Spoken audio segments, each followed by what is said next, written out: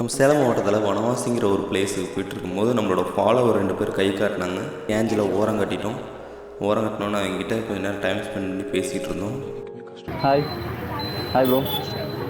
வீடுங்க வீடு புல்லானூர் தானா? Okay okay okay. அந்த சைடு அதிகம் தெரியுறப்ப பார்த்தீங்களா இல்லையா? அதிகம் பார்த்துருக்கேன் நிறைய டைம் நாங்கள் பங்கு கூட வந்திருக்கீங்க. அந்த சைடு தான் சுற்றிட்டு இருப்போம் அதிகம். அண்ணன் வீடு அங்கே தான் இருக்கு. வாங்க எப்போ வேணா கடைக்கு வாங்க, பார்த்து பேசிக்கலாம். இப்போ பஸ் என்ன bus? Okay okay okay okay.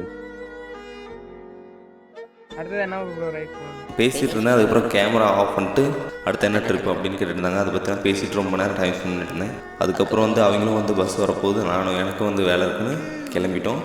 இந்த மாதிரி தாங்க அன்எக்ஸ்பெக்டடாக பார்க்குறது தான் ரொம்ப அழகாகவும் இருக்கும், நல்லாவும் இருக்கும். அதுக்கப்புறம் அப்படியே ஜலடாபுரம் ரோட்டில் ஜாயின் ஆகிட்டேன். போகிற வழி எல்லாம் அவ்வளோ சீனியரிக்காக இருக்கும். அது மட்டும் இல்லாமல் அந்த போகிற வழி ஊர் என்னங்கிறத கமெண்ட்ஸ் எல்லாம் கமெண்ட் பண்ணுங்கள்.